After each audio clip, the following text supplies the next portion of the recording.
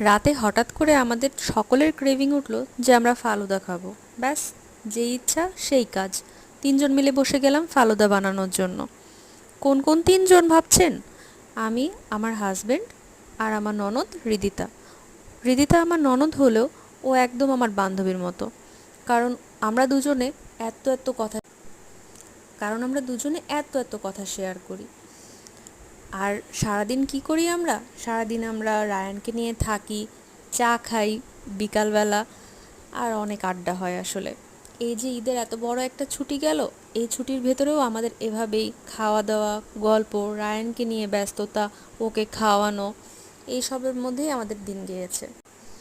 কিছুদিন পরে ওর বিয়ে হয়ে যাবে। ওকে অনেক মিস করব, কারণ এই বাসায় আসার পর ওর সাথেই বেশিরভাগ টাইম আমার কাটানো হয়েছে।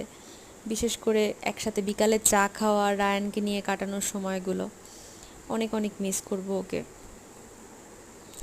ওর বিয়ের কথা ভাবলেই মনে পড়ে যায় যে আমরা মেয়েরা কীভাবে নতুন একটা পরিবেশে, নতুন একটা দুনিয়ায় নিজেকে অ্যাডজাস্ট করে নিতে পারি কত সহজেই, তাই না?